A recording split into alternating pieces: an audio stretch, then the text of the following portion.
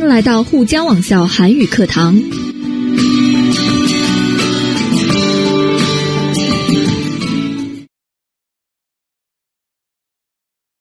여러분 안녕하세요. 자, 오늘은 공부할 부분은요, 물음에 답하기 문제이고요. 글의 제목과 또 위에서 제시한 내용과 같은 것, 일치하는 것과 또 빈칸에 들어갈 내용을 고르는 것이 한 문제의 형태로 나와 있는 문제를 함께 풀어보도록 하겠습니다. 자, 그럼 1번 문제부터 함께 풀어볼까요? 자, 1번 문제입니다. 전 세계적으로 고래는 약 80여 종이 서식하는데 일부 지역에서는 자연 상태의 고래를 관찰할 수 있는 생태 고래 관광이 행해지고 있다. 고래 관광 사업자들은 고래를 생존 상태로 활용하는 것이 해양 생물 보호라는 측면에서도 의미가 있다고 주장한다. 환경운동가들도 고래 개체수가 감소하는 상황에서 고래 관광이 포경사업보다 경제적 측면에서나 환경보호 측면에서 모두 유익하다며 이에 동조하고 있다. 그러나 각종 시설과 유조선, 기후 변화 등으로 해양 생태계가 악화되는 현 시점에서 고래를 관광 상품으로 활용하는 것이 생태 자원을 과연 올바르게 보존하는 것인가에 대해서는 아직 논란의 여지가 있다. 실제로 고래 관광으로 인해 고래의 행동 양식이나 이동 방향, 번식 주기 등의 변화가 생겼다는 보고가 있기 때문이다. 1번. 이 글의 제목으로 가장 알맞은 것을 고르십시오. 1번. 고래 관광 사업성 드러나. 2번. 고래 관광 해양 산업의 미래. 3번. 고래 관광 고래 생태의 안전한가. 4번. 고래는 관광 자원 포경 사업 중단해야. 2번. 이 글의 내용과 같은 것을 고르십시오. 1번. 포경 행위로 인해 고래의 번식 주기가 달라지고 있다. 2번. 환경운동가들의 고래 관광 사업 철폐를 요청하고 있다. 3번. 고래 서식지에 따라 관광이 이루어지지 않는 지역이 있다. 4번. 고래 관광을 통해 80여 종에 달하는 고래를 직접 볼 수 있다. 3번. 빈칸에 들어갈 내용으로 알맞은 것을 고르십시오. 1번. 고래 고기를 먹는 것에 비해 더 안전할 뿐만 아니라. 2번. 기존의 포경 사업에 비해 상업적 이윤이 클 뿐만 아니라. 3번. 고래에 대해 과학적으로 연구할 수 있을 뿐만 아니라. 4번. 기존의 해양 산업보다 투자비가 덜 소요될 뿐만 아니라.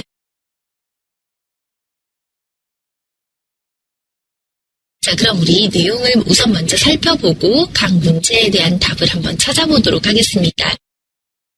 자, 전 세계적으로 고래는 약 80여 종이 서식하는데 일부 지역에서는 자연 상태의 고래를 관찰할 수 있는 생태 고래 관광이 행해지고 있다. 자, 전 세계에서 고래는, 즉 찡위는, 고래는 약 80여 종이 서식하는데, 자, 서식하다는 살고 있다라는 뜻입니다. 자, 80여 종이 살고 있는데 일부 지역에서는 자연 그대로의 고래를 관찰할 수 있는 고래 관광, 찡위 관광, 그쵸? 이것이 실행되고 있다. 즉, 80여 종이 서식하고요. 일부 지역에서는 우리가 고래 관광을 할 수가 있다라는 의미입니다. 자, 고래 관광 사업자들은 고래를 생존 상태로 활용하는 것이 해양생물 보호라는 측면에서도 의미가 있다고 주장한다. 자, 고래 관광을 하는 사업자들은 고래를 생존 상태, 즉 살아있는 상태로 그대로 쓰는 것이 해양 생물을 보호하는 면에서도 의미가 있다고 말합니다. 즉, 고래 관광 사업자들은 해양 생물을 보호하는 면과 또 어떤 면에서 고래를 그대로 이용하는 것이 좋다고 말을 했습니다. 자, 환경운동가들도 고래 개체수가 감소하는 상황에서 고래 관광이 포경사업보다 경제적 측면에서나 환경보호 측면에서 모두 유익하다며 이에 동조하고 있다. 또 환경운동가들도 찡위의 개체수, 즉 고래의 수가 감소하는 상황에서 지금 점점 고래가 감소하는데 이런 상황에서 고래 관광이 포경사업이라는 뜻은요, 고래를 잡습니다. 쭈아찡위라는 뜻이죠. 비쭈아찡위의 시에 하오, 즉 어떻게 하오냐, 즉 경제적 측면, 경제적인 면에서나 또는 환경보호 면에서도 모두 좋다고 동감하고 있다. 자, 그러나 각종 시설과 유조선, 기후변화 등으로 해양 생태계가 악화되는 현 시점에서 고래를 관광 상품으로 활용하는 것이 생태 자원을 과연 올바르게 보전하는 것인가에 대해서는 아직 논란의 여지가 있다. 각종 시설과 여러 가지 시설과 유조선, 배라는 뜻이죠. 배, 그리고 기후변화 등 때문에 해양의 생태계가 악화되는 현재에서 생태 자원을 바르게 보존하고, 즉 보호하는 것인가에 대해서는 아직 여러 사람의 의견들이 분분하다는 뜻이죠. 실제로 고래 관광으로 인해 고래의 행동 양식이나 이동 방향, 번식 주기 등의 변화가 생겼다는 보고가 있기 때문이다. 자, 이렇게 사람들이 이런 고래 관광 상품을 좋지 않게 생각하는 이유는 실제로 고래 관광 때문에 고래의 행동 양식, 행동 방법이나 또는 이동하는 방향, 그리고 번식 주기, 즉 번식이란 뜻은 아이를 낳는 거죠. 교배를 하고 고래의 자식을 낳는 것을 얘기합니다. 자, 번식 주기, 시간 등의 변화가 생겼다는 보고가 있기 때문입니다. 자, 이런 이유들 때문에 어떤 사람들은 또 고래 관광 문화를 반대한다라고 쓰고 있죠. 자, 그럼 이 문장에서는 고래 관광을 찬성하는 사람들과 또 고래 관광을 반대하는 사람들의 의견으로 나누어서 쓰고 있습니다. 자, 그럼 어쨌든 우리 이 글은 고래 관광에 대한 이야기다라고 알 수가 있고요. 자, 그럼 우리 문제에서 답을 한번 찾아볼까요? 자, 1번. 이 글의 제목으로 가장 알맞은 것을 고르십시오. 자, 이 글의 제목을 알려면 우선 중심 내용에 대해서 잘 봐야 합니다. 자, 중심 내용을 보려면 우리 예전에 중심 내용을 고르는 방법이 있었죠? 그러나, 하지만, 그런데 등등의 전환어미, 주안저가 있느냐, 또 따라서, 그러므로, 이런 등의 결과를 나타내는 연결어가 있느냐, 또는 아어야 한다, 을 것이다처럼 결과를 강조하는 그런 문법이 있느냐를 잘 봐야 하는데요. 자, 그럼 제목을 찾기 위해서 우리가 중요하게 봐야 될 부분은요. 문장의 중간쯤에 있죠. 그러나 라고 해서 앞에 문장을 주안저하고 있기 때문에 이 글을 쓴 내용의 중심 내용은 앞의 내용보다 뒤의 내용이 조금 더 강조되고 있다라는 걸 알 수가 있습니다. 자, 그렇기 때문에 뒤에서 어떤 내용을 말하고 있느냐를 알아봐야 하는데요. 자, 우리 위에 그러나 앞에서는 경제적인 면이나 또는 환경보호적인 면에서 모두 다 고래 관광 사업이 좋다라고 말을 했었죠. 자, 그런데 뒤에 문장에서는 그러나라고 해서 고래를 관광 상품으로 이용하는 것이 좋은 건지 아직 잘 모르겠다. 즉, 이런 것이 바른 건가, 옳은 것인가, 이런 것이 안전한가, 이런 것에 대해서 의문을 가지고 있다. 즉, 반대하는 의견도 있다라고 했었죠. 자, 그럼 1번에서는 고래 관광 사업성 드러나. 자, 사업성이 드러나다라는 뜻은요, 사업성이 나타나다라는 뜻인데요. 자, 우리 그러나 뒤에서 중심 내용을 말하는 것 중에서는 사업성과는 관계가 없었죠. 자, 2번 고래 관광 해양 산업의 미래. 자, 해양 산업의 미래이다라고 하는 건 물론 이런 내용이 있었습니다. 하지만 그러나 앞부분에서 고래 관광 산업을 찬성하는 사람들의 생각이었죠. 그렇기 때문에 중심 내용인 뒷부분의 내용에서는 어울리지 않습니다. 자, 3번 고래 관광, 고래 생태에 안전한가? 자, 이것만 봐서도 이거는 고래 생태에 안전하지 못할 것 같다라고 해서 고래 관광에 대해서 반대한다라는 걸 알 수 있는데요. 자, 위에서도 고래를 관광 상품으로 활용하는 것이 생태 자원을 과연 올바르게 보존하는 것인가에 대해서는 아직 논란의 여지가 있다. 즉, 이 고래 생태가 안전한지 안전하지 않은지는 아직 잘 모르겠다라고 얘기를 하고 있죠. 네, 그렇기 때문에 제목으로 가장 비슷한 것이 될 거고요. 자, 4번에 고래는 관광자원, 포경사업 중단해야.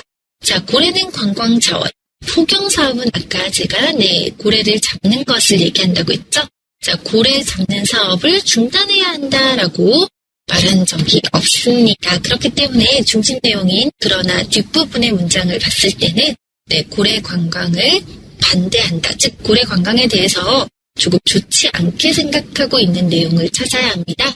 그래서 답은 3번 고래 관광, 고래 생태에 안전한가가 가장 알맞은 답이 되겠습니다. 자, 2번 문제에 이 글의 내용과 같은 것을 고르십시오라고 했고요.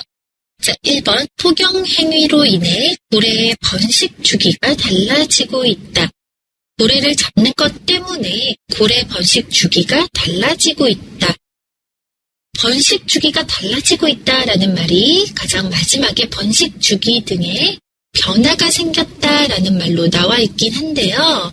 자, 이것은 포경산업 때문이 아니고요. 고래 관광 사업, 즉 고래 관광 때문에 그렇기 때문에 1번은 답이 될 수가 없습니다. 일치하지 않습니다. 자, 2번 환경운동가들은 고래 관광 사업 철폐를 요청하고 있다. 사업 철폐. 자, 고래 관광 사업을 없애주세요.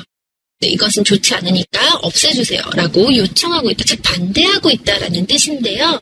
자, 그런데 우리 아까 문장에서는 환경운동가들도 고래 개체수가 감소하는 상황에서 고래 관광이 포경사업보다 경제적 측면과 환경에서 모두 좋다라고 동조하고 있다라고 했었죠. 그렇기 때문에 철폐를 요청하지 않고 있습니다. 네, 2번 답이 될 수 없고요. 자, 3번. 고래의 서식지에 따라 관광이 이루어지지 않는 지역이 있다.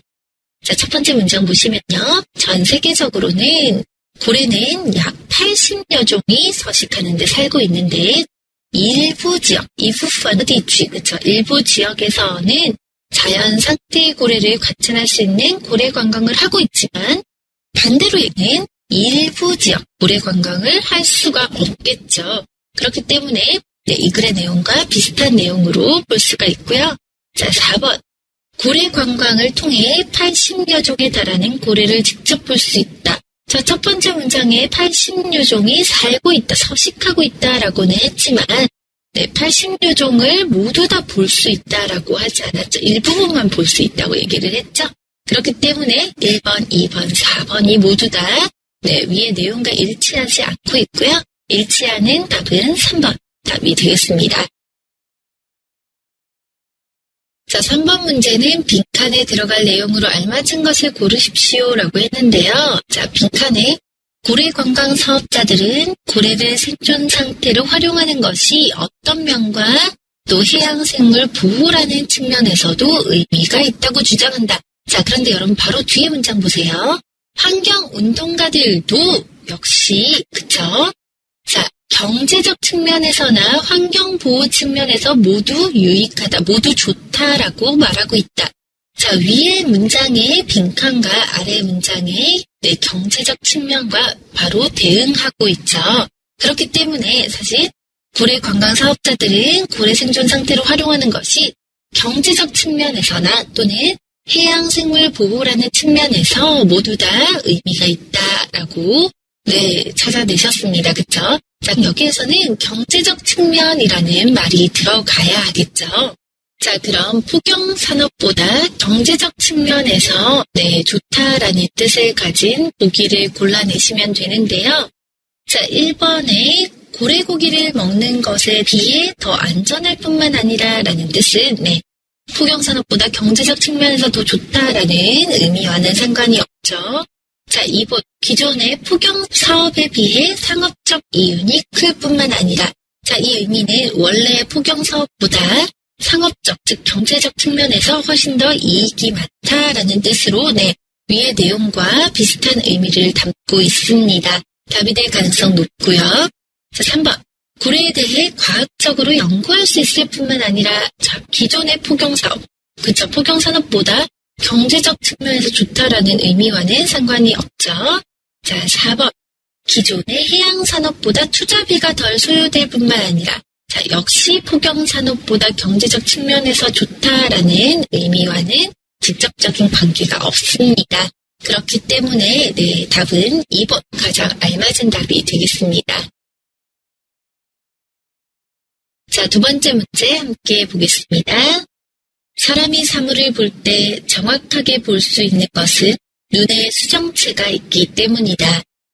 근육이 수정체를 밀어 두껍게 만들면 사물이 크고 정확하게 보이고, 반대로 수정체를 당겨 얇게 만들면 사물이 작고 흐리게 보인다. 인간의 눈과 유사한 것이 물방울인데, 물방울은 어떤 물체의 표면을 닿으면 뭉치려고 하는 성질 때문에 동그랗게 보인다. 동그란 부분을 잘 들여다보면 근육이 수정체를 밀고 당기는 것처럼 물방울은 물의 양을 늘리고 줄여서 초점을 맞출 수 있다. 이 물방울의 원리를 이용한 것이 사진기의 자동 밀고 당기기 기능이다. 예전의 사진기는 초점을 맞추려면 여러 장의 렌즈를 겹쳐놓고 렌즈들 간의 거리를 기계 장치로 변화시켜야 했다. 그래서 사진기의 크기가 크고 무거웠다. 하지만 요즘은 이 물방울의 원리가 사진기 속으로 들어오면서 소형 휴대전화로도 근거리, 원거리 사진 촬영이 가능한 것이다. 1번. 이 글의 제목으로 가장 알맞은 것을 고르십시오. 1번. 사진기, 똑똑한 눈을 갖다. 2번. 사진기, 기계의 힘을 빌리다. 3번. 사진기 렌즈, 덩치가 너무 크다. 4번. 사진기 렌즈, 물방울을 담을 수 없다. 2번. 이 글의 내용과 같은 것을 고르십시오. 1번. 근육이 수정체를 밀면 수정체가 오목해진다. 2번. 예전의 사진기에는 밀고 당기기 기능이 없었다. 3번. 수정체는 두께를 조절하여 사물의 초점을 맞춘다. 4번. 물방울과 수정체는 동그랗게 모이려는 성질이 있다. 3번. 빈칸에 들어갈 내용으로 가장 알맞은 것을 고르십시오. 1번. 표면이 확대되어 보인다. 2번. 사물의 초점이 맞춰진다. 3번. 물방울의 성질을 알 수 있다. 4번. 사물의 움직임을 관찰할 수 있다. 자, 우리 이 글의 내용부터 한번 살펴보면서 답을 선택해 보도록 하겠습니다. 자, 사람이 사물을 볼 때 정확하게 볼 수 있는 것은 눈에 수정체가 있기 때문이다. 자, 우리가 어떤 물건을 볼 때, 어떤 물체를 볼 때 정확하게 잘 볼 수 있는 이유는요, 우리 눈에 쇠징티, 즉 수정체가 있기 때문이다 라고 했죠. 자, 근육이 수정체를 밀어서 두껍게 만들면 사물이 크고 정확하게 보이고, 반대로 수정체를 당겨서 얇게 만들면 사물이 작고 흐리게 보인다. 자, 근육지로라는 뜻이죠. 이 근육이 수정체를 밀어서 두껍게 만들면 사물이 크고 정확하게 보이고요. 좀 반대로 만약에 수정체를 당겨서 얇게 만들면 사물이 작고 또 흐리게, 모호하게 보인다. 자, 수정체가 밀었을 때와 당겼을 때 물건이 보이는 상태가 다르죠. 인간의 눈과 유사한 것이 물방울인데, 자, 인간의 눈과 비슷한 것이 물방울인데, 자, 여기에서 물방울은 쉐이디라는 뜻입니다. 자, 물방울인데 이 물방울은 어떤 물체의 표면에 닿으면 뭉치려고 하는 성질 때문에 동그랗게 모인다. 자, 이런 물방울들이 어떤 물체의 표면에 닿으면 자, 뭉치려고 합니다. 다 같이 모이려고 하는 성질 때문에 동그랗게 모이게 됩니다. 자, 동그란 부분을 잘 들여다보면 어떻다, 그쵸? 즉, 동그랗게 이렇게 모인 부분을 잘 보면 어떻습니다. 근육이 수정체를 밀고 당기는 것처럼 물방울은 물의 양을 늘리고 줄여서 초점을 맞출 수가 있다. 자, 근육이 수정체를 밀고 당기고 하는 것처럼 그거와 똑같은 원리가 물방울이 그쵸? 물의 양을 많아지게 하고 적어지게 하는 것과 상관이 있다라고 할 수가 있죠. 이 물방울의 원리를 이용한 것이 사진기의 자동 수동 투이와 즉 자동 밀고 당기기 기능이다. 예전의 사진기는 초점을 맞추려면 여러 장의 렌즈를 겹쳐놓고 렌즈들 간의 거리를 기계 장치로 변화시켜야 했다. 예전의 사진기는 CODN, 즉 초점을 맞추기 위해서 여러 개의, 그쵸, 여러 장의 렌즈. 자, 여기에서 렌즈는 토징이라는 뜻입니다. 자, 여러 장의 렌즈를 뒤에, 그쵸, 겹쳐놓고 렌즈들 사이의 거리를 기계의 장치로 변화시켜야 했다. 굉장히 귀찮았다라는 뜻이죠. 옛날의 사진기는 우리가 초점을 맞추기 위해서는 되게 복잡하고 귀찮았다. 그래서 사진기의 크기가 크고 무거웠다. 이런 렌즈들을 계속 가지고 다녀야 했기 때문에 사진기의 크기가 아주 크고 또 무거웠습니다. 그쵸? 하지만 요즘은 이 물방울의 원리가 사진기 속으로 들어오면서 소형 휴대전화로도 근거리, 원거리 사진 촬영이 가능한 것이다. 하지만 요즘은 이 물방울, 우리 눈의 수정체들, 그쵸? 이런 원리가 사진기 안으로 들어오면서 이제는 옛날처럼 크고 무거운 사진기가 아니라 작고 또 휴대전화 안에 장착이 되거나 또 근거리, 원거리, 즉 먼 거리나 가까운 거리의 촬영이 모두 다 가능해졌다라고 해서 우리 사진기가 현재 이렇게 작고 편리하게 된 이유는요, 우리 물방울의 원리를 이용했기 때문입니다.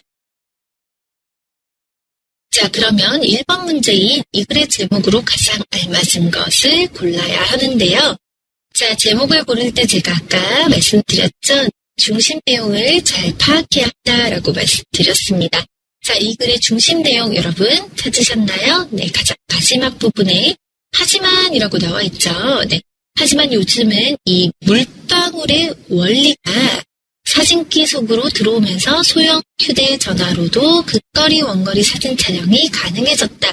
즉, 이런 사진기가 편리해진 이유는 이 물방울, 즉 인간의 눈과 유사한 것, 이 그런 수정체 역할을 하고 있는 이 물방울의 원리 때문입니다. 자, 그럼 1번에 사진기 똑똑한 눈을 갖다. 답이 될 가능성이 높죠. 왜냐하면 사진기에서 우리 렌즈들은 모두 다 눈과 같은 역할을 하는데 예전에는 우리 렌즈를 겹쳐서 했지만 지금은 물방울 아주 간단한 원리로 눈의 역할을 하고 있기 때문에 가벼워졌죠. 자, 1번 답이 될 가능성이 있고요. 2번 사진기 기계의 힘을 빌리다 이런 말 없었습니다. 자, 3번 사진기 렌즈 덩치가 너무 크다. 자, 사진기 렌즈가 덩치, 그 무게, 크기가 너무 크다라는 뜻인데요. 네, 물론 이런 말이 있었죠. 하지만의 앞부분에 있었습니다. 옛날에 사진기 렌즈가 있었는데 이런 렌즈 때문에 사진기가 크다였지 사진기 렌즈가 크다라는 말은 아니었죠. 네, 그래서 일치하는 답이 될 수가 없고요. 자, 사진기 렌즈 물방울 담을 수 없다. 자, 여러분 여기에서 물방울이 정말로 물방울일까요? 네, 아니죠. 그냥 물방울의 원리를 이용한 것이죠. 그렇기 때문에 역시 답이 되지 못합니다. 그럼 제목으로 가장 알맞은 것은요. 사진기, 물방울의 원리로 똑똑한 눈을 가지고 있다. 라고 해서 1번이 답이 되어야 하겠고요. 자, 2번 문제인 이 글의 내용과 같은 것을 고르십시오의 내용을 찾아보면요. 자, 1번. 근육이 수정체를 밀면 수정체가 오목해진다. 자, 오목하다라는 뜻은 아우라는 뜻인데요. 자, 근육이 수정체를 밀면 수정체가 오목해진다. 근육이 수정체를 밀면 두껍게 만들면 사물이 크고 정확하게 보인다라고 했었죠. 자, 그렇기 때문에 오목해진다라는 표현을 찾아볼 수가 없습니다. 답이 될 수가 없고요. 자, 2번. 예전의 사진기에는 밀고 당기기 기능이 없었다. 자, 예전의 사진기에는 밀고 당기기 기능이 없었나요? 네, 그런 말 없었죠? 네, 그렇기 때문에 답이 될 수 없습니다. 자, 3번. 수정체는 두께를 조절하여 사물에 초점을 맞춘다. 자, 수정체는 두껍게 만들면 사물이 잘 보이고 또 반대로 얇게 만들면 사물이 작고 흐리게 보인다라고 해서 네, 호두, 두께를 조절해서 사물에 초점을 맞춘다라는 말 위에서 제시되고 있죠. 자, 4번. 물방울과 수정체는 동그랗게 모이려는 성질이 있다. 자, 물방울은 어떤 표면에 닿으면 뭉치려고 하는 성질이 있다라는 건 말을 했었지. 수정체 역시 그런 성질이 있다라고는 제시하지 않았죠. 그렇기 때문에 답은 3번 답이 되어야 하겠습니다. 자, 3번 문제인 빈칸에 들어갈 내용으로 가장 알맞은 것을 고르십시오를 보시면요. 자, 빈칸을 찾아볼까요? 네. 동그란 부분을 잘 들여다보면 어떻다라고 했는데요. 자, 이것과 상관 있는 게 바로 다음 문장입니다. 다음 문장 보시면 근육이 수정체를 밀고 당기는 것처럼 물방울은 물의 양을 늘리고 줄여서 초점을 맞춘다라고 했죠. 자, 그렇기 때문에 근육이 수정체를 밀고 당기는 것과 물방울의 물의 양을 늘리고 줄이는 것이 동일하기 때문에 자, 위의 문장에서 근육이 수정체를 밀어서 두껍게 만들면 어떻고 라고 했죠. 두껍게 만들면 어떻다고 했죠? 네. 사물이 크고 정확하게 보이고 라고 했습니다. 그렇기 때문에 자, 아래에도 보세요, 여러분. 어떤 뭉치려고 하는 성질 때문에 물이 많이 모여서 동그랗게 되죠. 이런 동그란 부분, 즉 두꺼운 부분이라는 뜻입니다.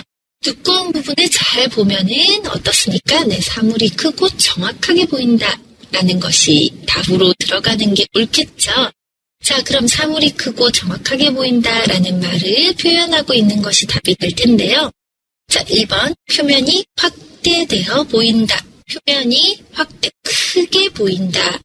위의 내용과 비슷합니다. 그쵸? 답이 될 가능성 높고요. 자, 2번.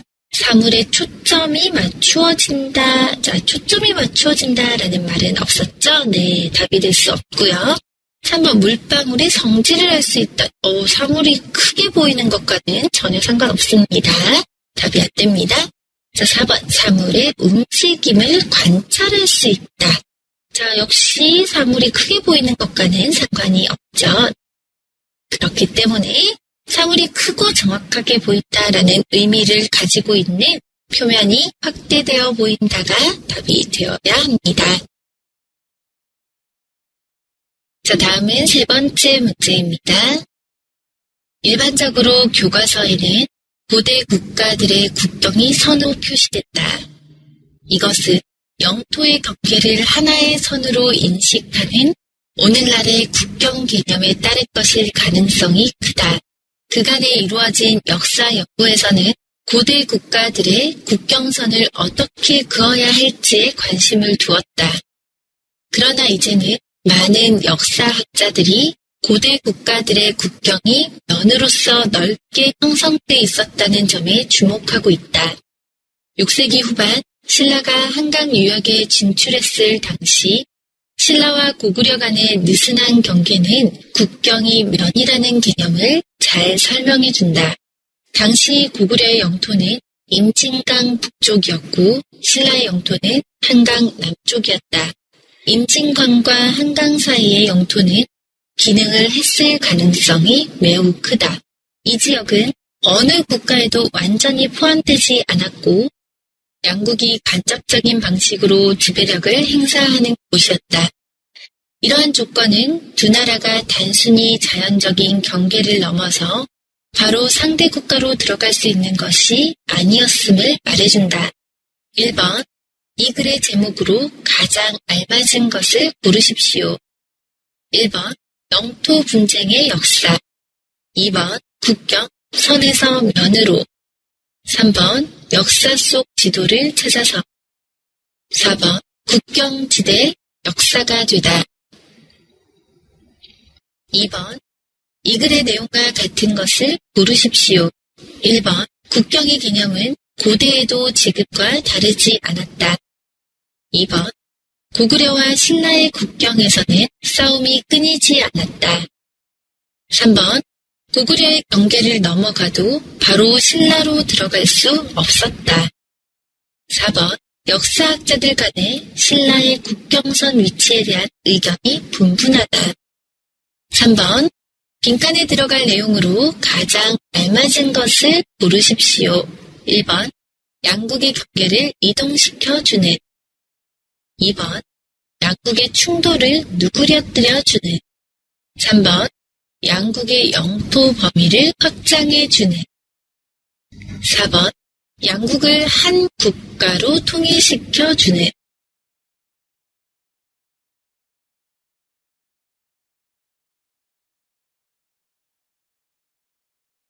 내용을 함께 살펴보면요.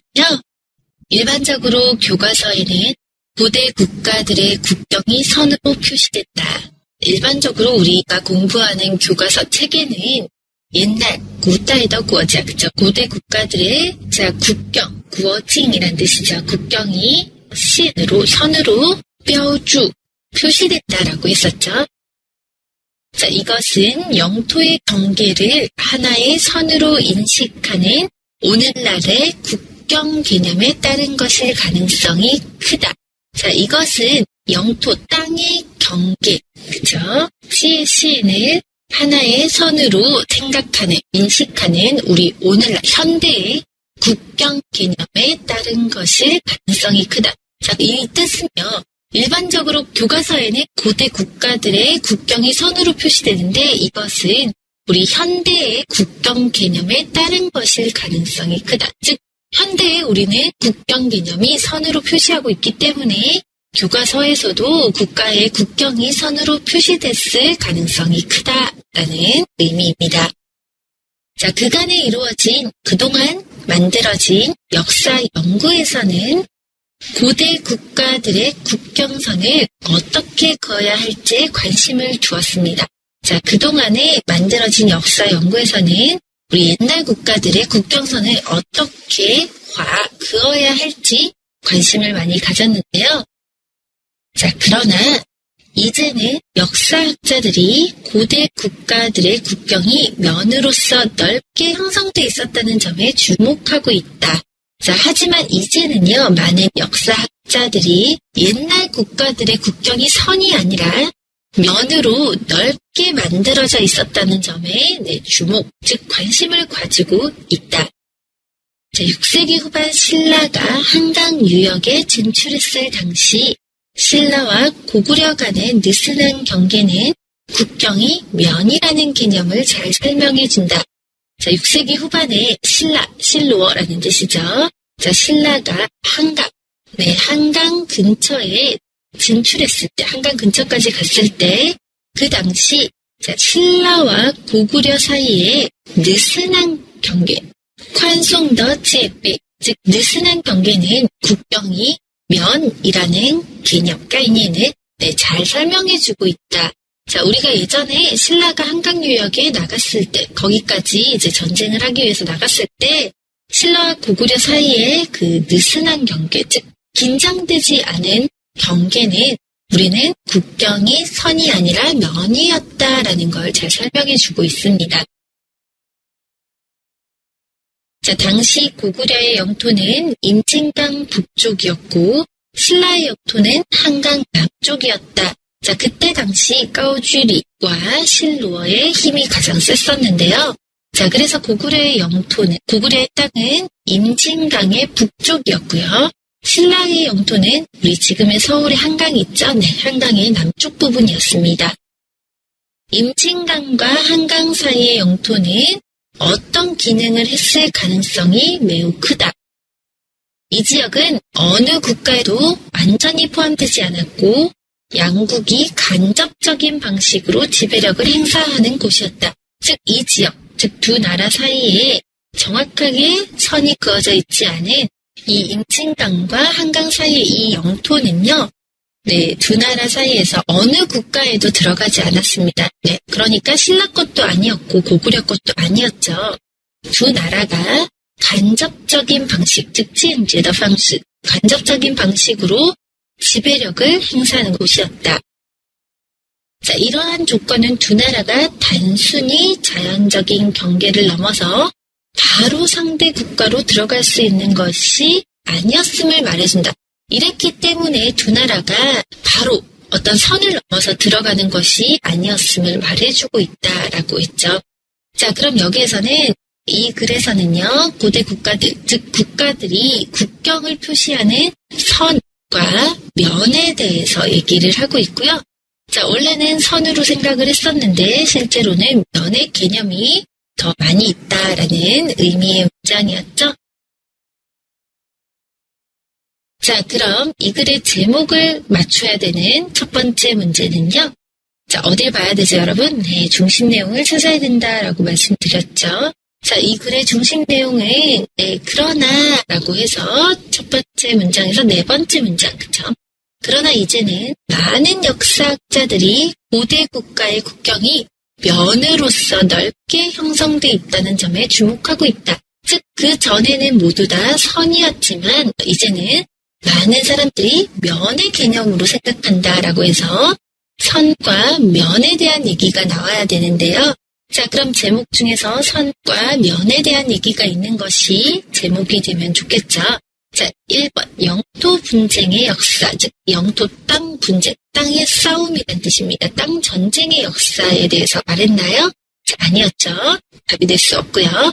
자, 2번 국경, 선에서 면으로 이것이 답이 될 가능성 높겠습니다. 왜냐하면 네, 위의 문장에서도 예전에는 선이라고 생각했지만 이제는 면이라고 생각하는 사람들이 많다라고 얘기했었죠. 자, 3번 역사 속 지도를 찾아서 아닙니다. 그쵸? 자, 4번 국경지대 역사가 되다. 자, 국경지대가 역사가 되다라는 말도 나와 있지 않았죠. 그러니까 선과 면을 나타내고 있는 2번이 답이 되는 것이 좋겠습니다. 자, 2번 문제는 이 글의 내용과 일치하는 것이죠. 자, 1번부터 살펴보면요. 국경의 개념은 고대에도 지금과 다르지 않았다.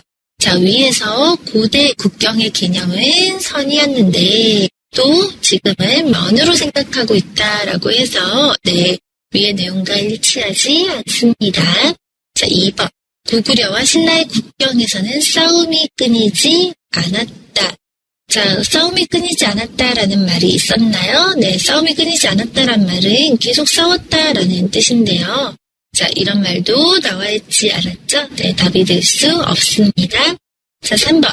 고구려의 경계를 넘어가도 바로 신라로 들어갈 수 없었다. 네, 이 문장의 마지막 부분, 두 나라가 단순히 자연적인 경계를 넘어서 바로 상대 국가로 들어갈 수 있는 것이 아니었다. 들어갈 수가 없었다라고 했죠. 네, 답과 일치하고 있습니다. 자, 4번. 역사학자들 간에 신라의 국경선 위치에 대한 의견이 분분하다. 의견이 분분했나요? 그런 말 없었습니다. 그렇기 때문에 일치하는 내용은요. 네, 3번이 답이 되겠습니다. 자, 3번에 빈칸에 들어갈 내용으로 알맞은 것을 골라야 하는데요. 자, 여러분 빈칸에는요. 임진강과 한강 사이의 영토는 어떤 기능을 했을 가능성이 크다라고 했죠. 자, 그럼 이 지역은 어떤 국가에도 포함되지 않았고 또 두 나라가 간접적인 방식으로 여기가 내 땅이다라는 지배력을 행사했다라고 했는데요. 자, 앞에 문장에 보시면은요. 당시, 그죠? 6세기 후반에 신라가 한강 유역에 진출했을 당시에 신라와 고구려 간의 느슨한 경계는 국경이 면이라는 개념을 잘 설명해준다. 즉, 신라와 고구려 간에 어떤 느슨한 경계가 있었다라는 뜻입니다. 자, 당시 고구려의 영토는 임진강의 북쪽이었고 신라의 영토는 남쪽이었는데 이 임진강과 한강 사이의 영토는요, 고구려와 신라 간의 느슨한 경계 기능을 했을 가능성이 크다라고 해서 여기에는 두 나라의 느슨한 경계라는 의미가 들어가야 됩니다. 자, 그러면 느슨한 경계, 즉 느슨하다는 아까 제가 관송이라고 얘기했죠. 자, 그럼 느슨한 경계를 가지고 있는 내용을 찾아내시면 되는데요. 자, 1번. 양국의 경계를 이동시켜주는 느슨하다라는 말과는 상관이 없죠. 답이 될 수가 없고요. 2번. 양국의 충돌을 누그러뜨려주는, 자, 두 나라의 충돌을 막아준다. 즉, 두 나라 사이의 긴장감을 없애준다라고 해서 긴장감을 조금 낮춰주는 것과 느슨한 경계와 비슷한 내용이 되겠죠? 네, 답이 될 가능성 높습니다. 자, 3번. 양국의 영토 범위를 확장해 주었다. 땅의 범위를 코작 확장해 주었나요? 네, 아닙니다. 그쵸? 4번. 양국을 한 국가로 통일시켜주다. 말이 안 돼서. 자, 그렇기 때문에 두 나라의 느슨한 경계, 즉 두 나라의 긴장감을 조금 풀어주었다라는 뜻을 가진 2번. 양국의 충돌을 누그러뜨려주는 답이 되는 것이 좋겠죠? 네, 그래서 답은 2번입니다. 우리 연습 문제를 통해서 여러분의 실력 확인해 보도록 하겠습니다.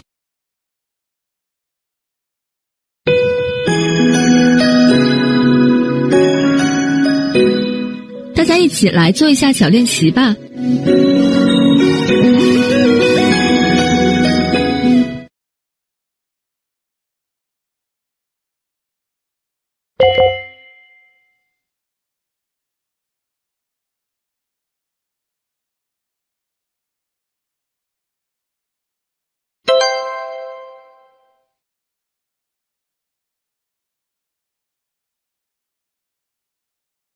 자, 여러분, 이 문제는 우선 위에서 제시하고 있는 내용을 한번 읽어보시고요. 간단하게 어떤 것에 대해서 이야기를 하고 있구나라고 이해하셔야 합니다. 그 다음에 한 부분씩 제목과 내용이 같은 것, 빈칸에 들어갈 내용을 찾아내셔야 하는데요. 자, 단어나 내용이 어렵다고 해서 바로 포기하시지 마시고요. 자, 위에서부터 천천히 읽어보시면 아는 단어로도 충분히 내용에 정리를 할 수 있기 때문에 차분하게 문제를 푸시는 것이 중요합니다. 하지만 시간이 부족해서 이 문제를 완성하지 못하는 경우도 많기 때문에 시간의 관리도 잊으시면 안 되고요. 자, 그리고 함축된 의미들이 아래에 제시되는 경우가 많기 때문에 함축된 의미들을 모른다고 해서 바로 그것이 답이 아니다라고 하시면 안 되고요. 함축된 의미가 위의 의미와 상통하는지 잘 살펴보시고 답을 선택하셔야 합니다. 자, 이런 것들 주의하시면 문제를 푸는 데 도움이 되실 거고요. 제일 중요한 것은 뭐죠? 연습이죠. 오늘 공부했던 내용 복습하는 거 잊어버리시지 마시고요. 여러분 오늘도 수고 많으셨습니다.